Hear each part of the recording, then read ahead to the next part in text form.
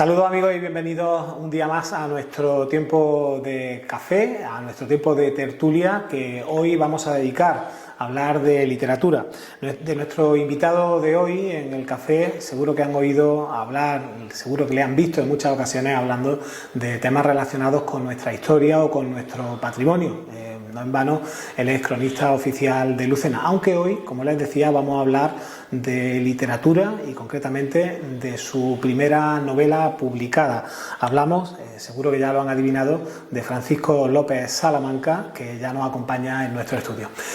Buenos días, Paco. Hola, ¿qué tal? Muchas gracias por acercarte a compartir un café con nosotros, y hoy un café y libros también, porque, como decíamos, vamos a hablar sobre todo de una faceta quizá menos conocida de la vertiente creativa de Francisco López Salamanca, de Paco López Salamanca, como es la literaria, a pesar de que, bueno, pues tiene poemarios publicados, tiene varias obras de teatro y ahora también podemos decir que tiene una novela que se llama Café Puerto Rico y que se ha presentado hace muy poquitos días en el Palacio Erisana. ¿En cuál de todas estas facetas que hemos nombrado se siente más cómodo Paco López Salamanca? Yo creo que en todas, yo no me siento incómodo en ninguna. Realmente, la verdad es que yo empecé escribiendo poesía, una cosa, digamos, una actividad muy juvenil, ¿no? Cuando uno es joven, escribe versos y tal, ¿no? Empecé escribiendo poesía, después me vinculé al teatro y me aficioné mucho al teatro a través de una agrupación famosa en Lucena, que era la agrupación lírico-dramática Barahona de Soto, que dirigía Antonio Morales Polo de Lara, ¿no? El marido de Carmen Martínez. De manera que ahí entré en el teatro, ahí escribí y gané algunos premios teatrales de obras para adultos. Me acuerdo de una que se llamaba Eva y Don Leandro, que se representó en el Palacio Erisana, en la que yo intervine también como actor, porque yo pertenecía a esa agrupación. Y a partir de ahí me tiré, porque mi mundo ha sido la enseñanza, la docencia, entonces tiré un poco hacia el teatro porque consideré que las lecturas en clase eran mucho más rentables didácticamente que la lectura de novela o de cuento, porque la lectura del teatro permite a los niños intervenir, muchos, y estar muy pendientes de su momento de lectura, ¿no? De su personaje. Entonces, y además creaba una atención intensa hacia lo que se leía, una comprensión lectora, que es lo que se exige para que esto tenga resultado. Y entonces me incliné mucho hacia el teatro, de modo que escribí. Había entonces en Lucena un concurso importante, el concurso de teatro infantil, de literatura infantil, Barahona de Soto, en el que yo intervine, vamos, mandando mis obras. Unas veces gané premios, otras veces no gané. Yo llegué a ganar dos segundos premios y un primer premio.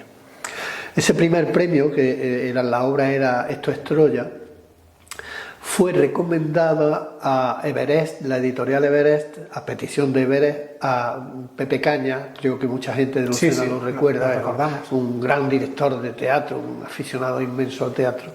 Entonces Pepe Cañas recomendó a Everest que mi obra la publicase en una colección de este tipo, ¿no? De teatro infantil. Y bueno, y tuvo tanto éxito que hasta hoy se han registrado 23, exactamente 23 ediciones de entre 2.500 y 3.000 ejemplares, lo que significa que se han vendido muchísimos libros, no solo en España, sino en Hispanoamérica e incluso en países de habla inglesa como Nueva Zelanda o Australia, que lo han utilizado en las clases de español.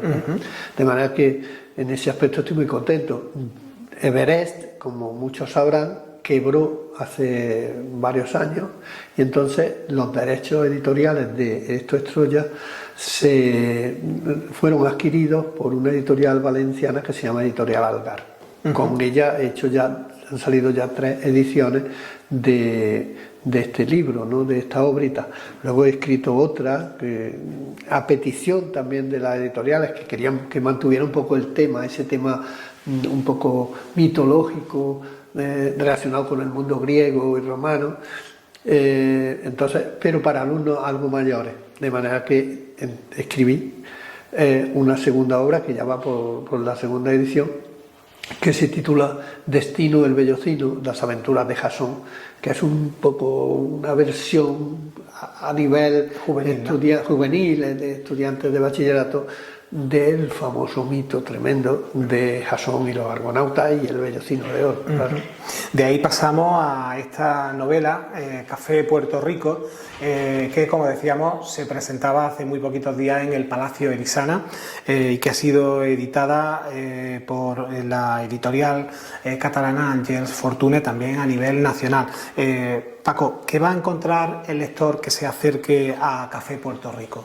¿Qué cuentas en esta novela? Bueno, cuento, por situarla ante un fondo, hay que tener en cuenta que el relato es ficticio, como una novela imaginario, pero claro, uno no se puede desprender de lo que sabe, de lo que conoce, y no se puede inventar muchas cosas sin tener algún acercamiento a las mismas, ¿no? La novela transcurre en un pueblo que puede ser Lucena, pero también puede ser Baena o Cabra, un pueblo de esta zona, del centro andaluz, al que yo he llamado Morana. No he querido vincular, podría haber dicho Lucena, ¿no? Perfectamente, pero no he querido vincular Lucena a una acción que es imaginaria, pero que yo estoy seguro que los lucentinos que la lean identificarán lugares en los que transcurre la acción, ¿no? Que, como digo, puede suceder en cualquiera de estos lugares. Y transcurre en las últimas décadas del siglo XIX, que es una época bastante dura y bastante densa de problemas para los españoles, ¿no? Están sucediéndose una serie de epidemias brutales de cólera, de viruela, que están diezmando. La viruela concretamente diezma la población infantil y prácticamente adolescente, ¿no?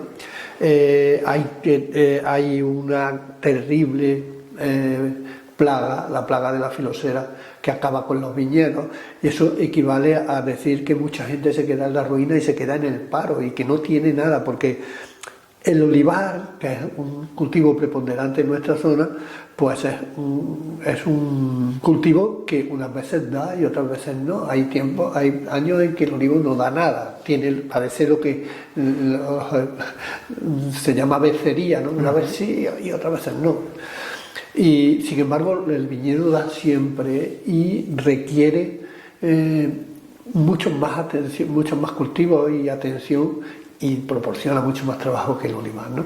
Entonces, el hecho de que desaparezcan los muchísimos viñedos que había, bueno, en España y naturalmente en esta zona, ¿no? Desaparezcan, hace que la gente, los labradores, los jornaleros, por decirlo, no tengan trabajo, y hay unas crisis tremendas, unas crisis sociales importantes.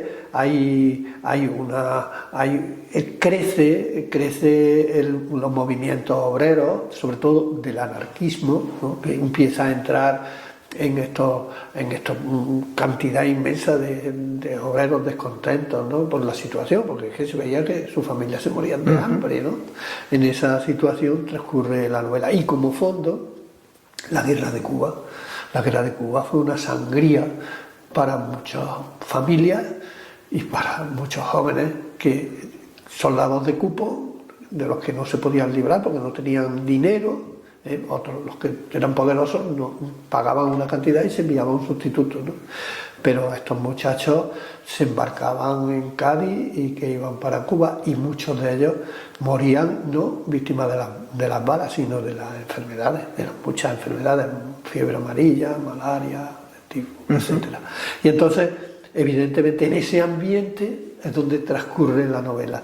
Y claro, la ficción está en que en la llegada de un personaje, de una mujer cubana al pueblo, y viene una mujer que se ha casado con un militar español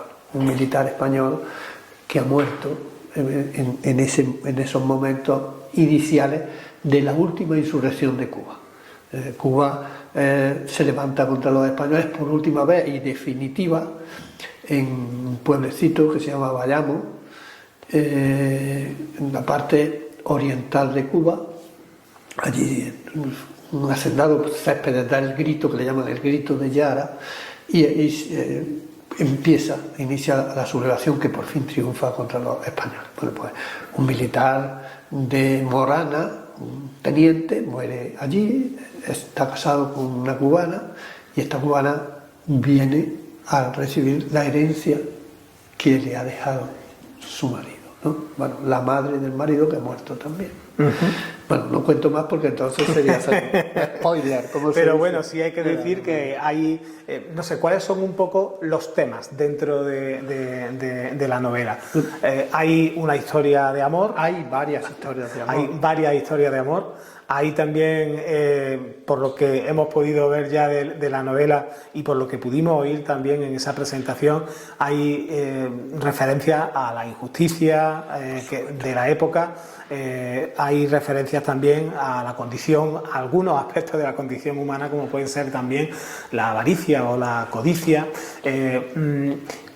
¿Cuánto tiempo te ha costado documentar todo esto? Y por lo que he podido leer, bueno, pues como bien decía, de alguna forma, cuando lees esas páginas, si conoces un poco la historia de Lucena, parece que estás hablando justamente de nuestra ciudad, aunque es verdad que pueden ser elementos compartidos con cualquier otra ciudad cercana. Supongo que lo de aquí lo conocías mejor por tu trabajo como historiador, pero también te has tenido que acercar a la historia de Cuba y de esa guerra, ¿no? ¿Cuánto tiempo te ha llevado y cómo lo has hecho? Bueno, esta novela nació hace mucho tiempo, pero nació un poco la osamenta de la novela. Empezaron a surgir personajes a los que yo traté luego de reunirnos.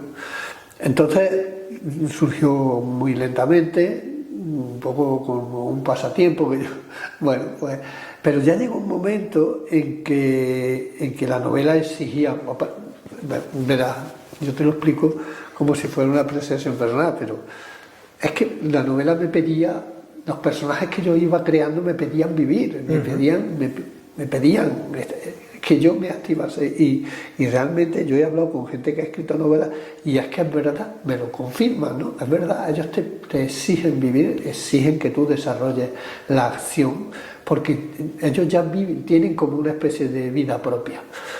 Y ya llega un momento en que tú, con relación a la novela, vives como un modo obsesión, tienes que terminarla. De hecho, yo muchas veces me acostaba y estaba pensando un poco en el asunto, incluso tenía una libretilla en la vecina noche, un lápiz, y me tomaba nota, porque a la mañana siguiente, en cuanto me despertaba, yo duermo poco, yo duermo realmente poco, 6 horas duermo y ya está, ¿no? Entonces me levantaba temprano, me sentaba en el ordenador y escribía. Y ya sale, la novela salió prácticamente de un tiro. ¿Qué pasó? Pues sencillamente que la guardé. Yo en muchas cosas lo que hago es que una vez que las termino las guardo, por darle, como los antiguos decían, darle cajón, es decir, darle reposo, a ver cuando pase un tiempo si me sigue gustando, si la he resuelto, si. Entonces, pasado un tiempo, yo creo que un par de años, la volví a sacar, la volví a releer, la volví a corregir y la volví a guardar. Ya en ese momento me empecé a atreverme a prestársela, primero que la leyesen alguien de mi casa, mi mujer, mis hijos, les pareció bien, entonces ya se la dejé a algunos amigos, y estos fueron los que dijeron, nosotros lo tenemos que publicar, y ahí está.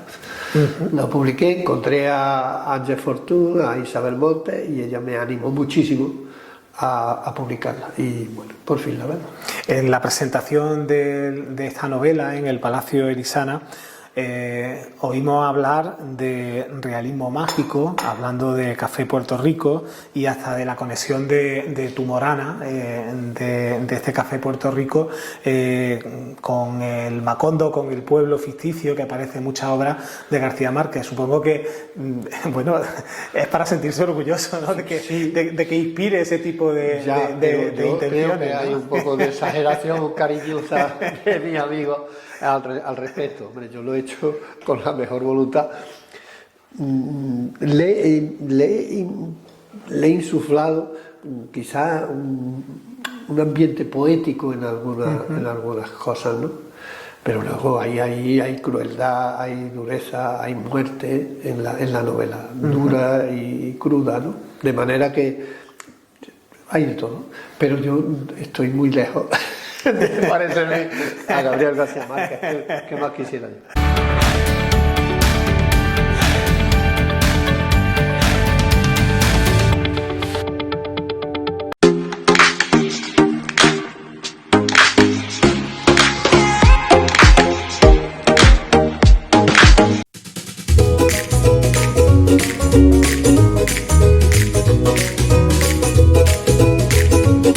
La novela ha sido publicada, como comentabas, por Ángel Fortuné. ¿Te ha costado mucho encontrar esa oportunidad de publicar de una forma profesional este trabajo que ya llevaba un tiempo guardado en el cajón? La verdad es que no porque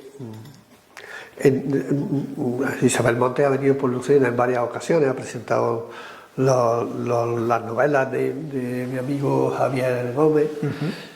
Tiene contacto con Mario Flores también. Y con Lucena también. Y con Lucena, porque su familia parece que son oriundos de aquí. Entonces yo hablé con ella, porque coincidió en una reunión en el casino, estuvimos allí charlando sobre literatura y tal, y entonces Mario fue el que le dijo, oye, que este hombre tiene una novela. Y entonces ella me la pidió, mándamela que yo la leo. Y claro, me llamó por teléfono a los pocos días y me dijo, oye, esto lo tienes que sacar, esto te lo publico yo ya. Pero además que esto hay muy poco que corregirle, porque ella, claro, ella tiene como una especie, en su editorial tiene una especie de escuela de escritores, donde digamos que los dirige, les enseña la puntuación, el uso de guiones, en fin, una serie de cosas que son elementales en una novela, pero es que la mía dice, es que lo tiene todo, no te tengo que corregir nada. Y entonces pues ella, de una manera muy entusiasta, pues me la pidió y yo encantado de que viera la luz, claro. Esta novela acaba de salir, pero tengo entendido que hay más, ¿no? Que en ese cajón hay más novelas. Hay más novelas. Lo que pasa es que, claro, no se puede sacar así del cajón y decir aquí está, no, eso hay que darle un buen repaso. Yo estoy trabajando intensamente con una que está naciendo, está en fábrica, a instancias de mi familia, de mis hijos en concreto, ¿no? Ellos que saben que yo me he dedicado intensamente a investigar sobre la historia y a escribir sobre historias. Ellos que yo tenía que escribir una novela histórica. Y entonces, pues, claro, yo encontré que hay un vacío sobre nuestra historia, la historia lucentina, que es ese periodo brillante al que aparecen las fuentes, las fuentes literarias me refiero, de la historia de la Lucena judía. La Lucena judía es un ente que está ahí, pero que no hay forma de aproximarse a él, salvo a través de algunos textos, saber que efectivamente aquí hubo una serie de poetas, de alguna descripción de que estaba rodeada de fuertes murallas, con fosos, etcétera, y algunas noticias ahí dispersas, ¿no? Entonces, es una realidad, pero una realidad confusa. No sabemos muy bien cómo vivían aquella gente, quiénes eran. Me refiero al pueblo, sí.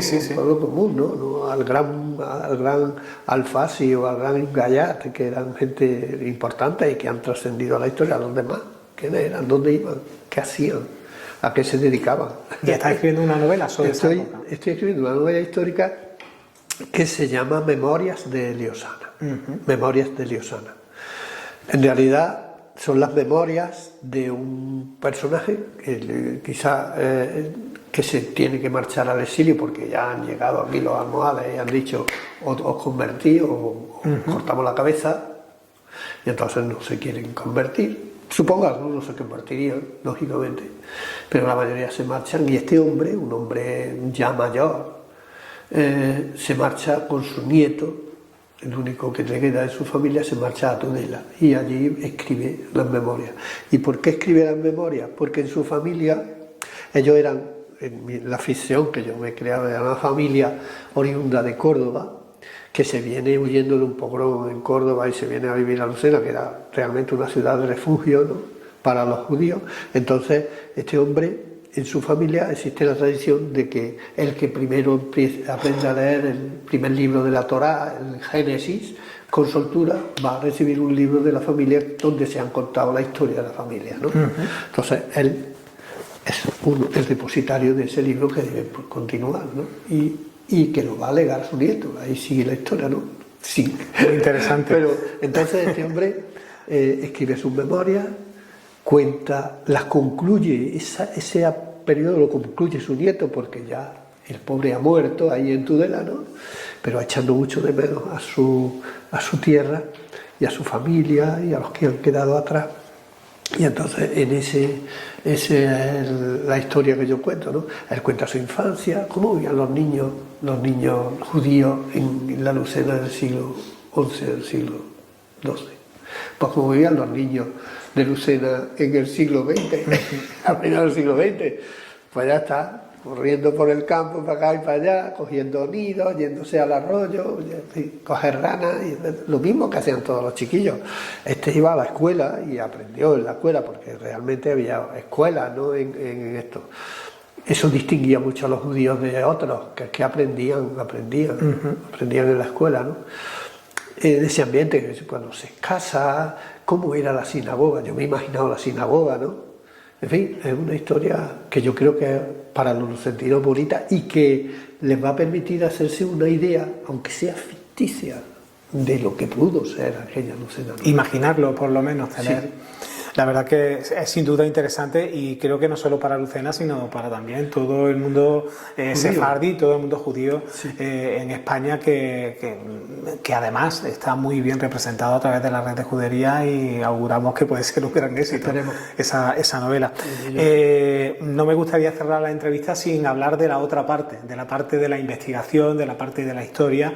Sé que también estás trabajando en una historia de Lucena que se dilata en el tiempo porque hay muchísimo que contar y porque nunca se acaba, porque prácticamente va a llegar hasta nuestros días, ¿no? Exacto.